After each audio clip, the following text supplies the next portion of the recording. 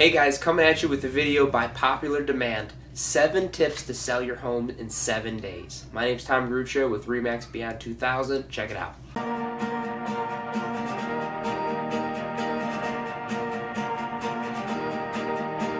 Alright, 7 tips to sell your home in 7 days. I'm going to go through these 7 steps. These are steps that if you truly want to create a buzz, you want to get that excitement, you want to move your house quick and get top dollar, you're going to want to do all these. You're not going to want to pick and choose. So the first thing, step number 1, the first thing I'm doing when I list the house, if I'm selling my own house, whatever the case, the first thing you want to do, declutter, depersonalize.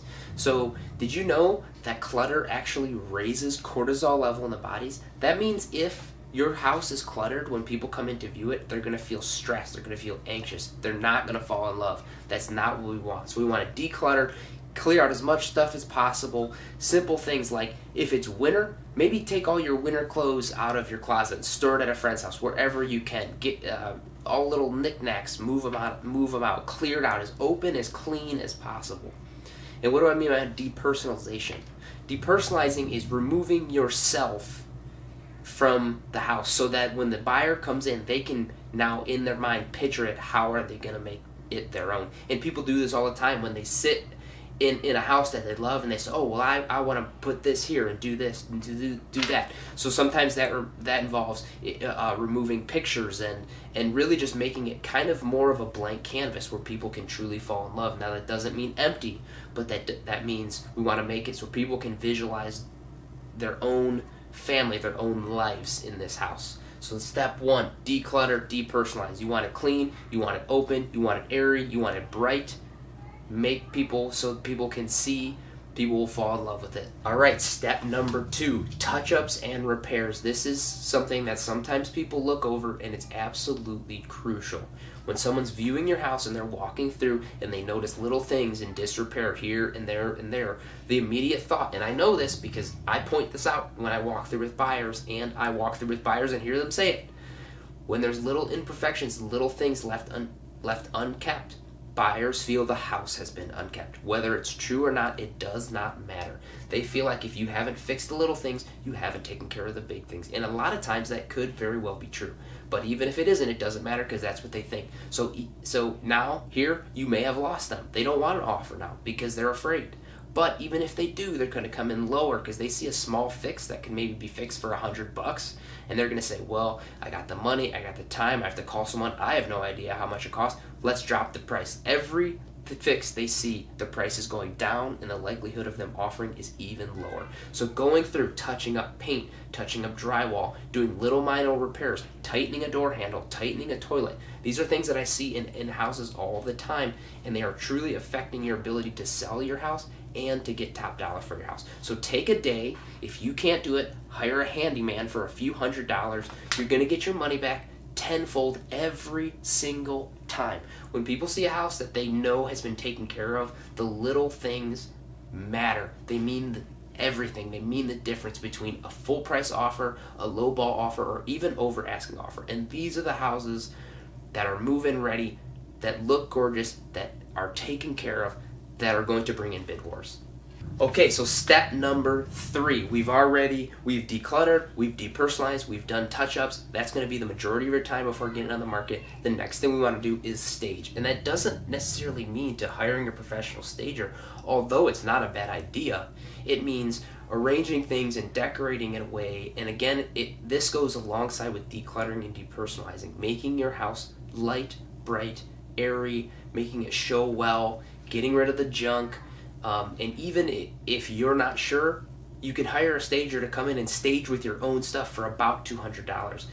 These little details and these small amounts of money are truly what make the difference. Take the time to organize your closets, organize your cabinets, because you may not like it, but people are going to look in them and they're going to see, oh look, their cabinets are jammed packed, there's not enough space. That's what they're going to think. But if it's organized, it's empty, it's clean, they're going to see that there is enough room, there is enough space. So these are just little details that really can make the difference between no offer, receiving an offer, or a high offer or a low offer.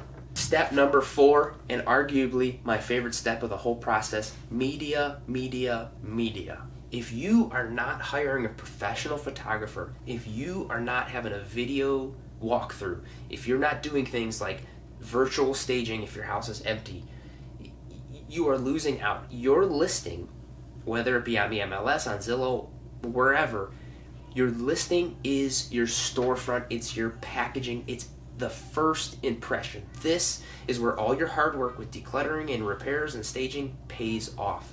Please, if you pull out your cell phone, you're already losing. Hire a professional photographer. You can get it for a lot less expensive than you may think. And this is where you need to truly showcase what your house has to offer. Did you know that a house that has professional photographs has 140% increase in views? 140%, that's that many more buyers. I've had people say that they've fallen in love with the house just from the pictures. In that, when I list a home, I do professional photography. Being as I own a photography company, this is why I love it so much. I do video, I do drone, I do virtual staging. I spend a ridiculous amount of time making sure the description is perfect, because this is where you hook people. This is where they will fall in love with your house before they step 1 foot inside. And when you do this and you accomplish this and they fall in love, they're going to come in with a mindset that I love this house and I want this house. They're going to overlook little imperfections. They're going to bid higher. They're going to bid more often. And this is why I can get bid wars on so many of the properties that I list, because I focus so much on this aspect of it. You got to get your house ready. And when you do, you got to showcase it. If you're not doing that, you are leaving money on the table. You're sitting on the market longer because people are going to come into your house not sure what to expect. They don't understand the layout, and they're going to point out every little detail that's wrong. And even if they do offer, it's going to be lower. So, media. Don't skimp out on it. All right, tip number 5, we're on to description. I see so many descriptions that are like 3-bedroom house, nice near the highway. Thanks. That was horrible. But let me tell you something. The media, the video, the photos, the drone, all these, hook them. All right, they click through, they love the pictures, and what do? Next? They go right down to the description. Here is where you have to put some thought in it. You have to understand why your house is better than 50 other of them that are just clicking through when they're on Zillow or the MLS or whatever. You have to separate your house and you have to explain what makes your house truly special. And I personally spend a ton of time. I sit down with homeowners before I list and I tell them, and I write a list. What is special about this home? Because homeowners, you guys know what's special about your home. Why is it better than your neighbors? So you hook them with the pictures and the video, and then you sync the hook with that description. And when it's well thought out, combined with good videos in a well-prepared house, they're hooked. You have them. They're coming in, they're offering, and not just one. You're getting 2, 3, 4 offers.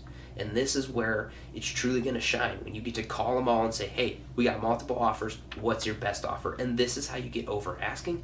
This is how you get a true demand for your house for the time and effort you've put into it. All right, tip number 6, marketing. You've spent a ton of time getting your house ready. It's beautiful. You've hired a photographer and a videographer.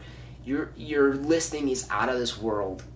But if no one sees it, what good is it? So marketing. What are you going to do to market it? If you're buy owner and you're not on the MLS, you're already struggling a little bit, so you need to really hit this hard. Things I do: run Facebook ads. For a few dollars, you can reach so many buyers. Put it on every site you can. Don't just put it on Zillow and think that you're gonna get top dollar. Put it on every site you can. I don't care if it's Craigslist, Trulia, Zillow. These are all, Google them and put them on everything you can find. You need to see as many buyers as possible. The other thing that I do personally, and I would recommend, is put flyers around the neighborhood to your neighbors. Mail them out to all your neighbors, because you never know who has a buyer. I've seen it happen. Who knows? Maybe a family, maybe a friend has a buyer. You never know. Also, I mentioned Facebook ads, but don't forget about just plain old Facebook and Instagram and all your social media sites. Share them on every social media site you can. Ask your friends to share it. Ask your neighbors to share it. Share it in groups. There's all these buy, sell, trade groups. Share it into those. Put it on the Facebook Marketplace. Put it on Craigslist. Put it every possible place that someone might see it. Now, something else I personally do in advertising, I run retarget ads, which you've seen them. They follow you around on the internet and stalk you, and they know exactly what you want. I run those.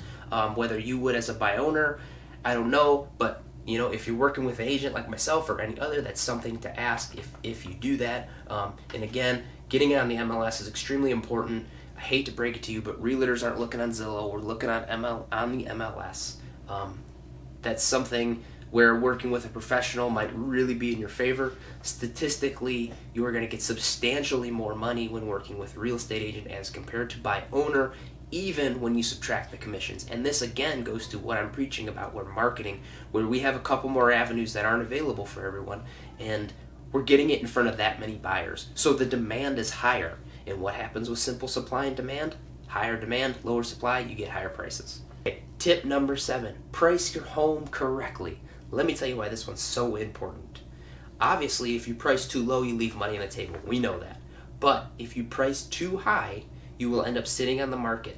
And what happens when you sit on the market? Statistically, your home will sell for less. So the longer a home's on the market, the lower the price it requires in order for it to sell. So it is so important that you or your agent do an in-depth analysis and figure out exactly where your house should be priced.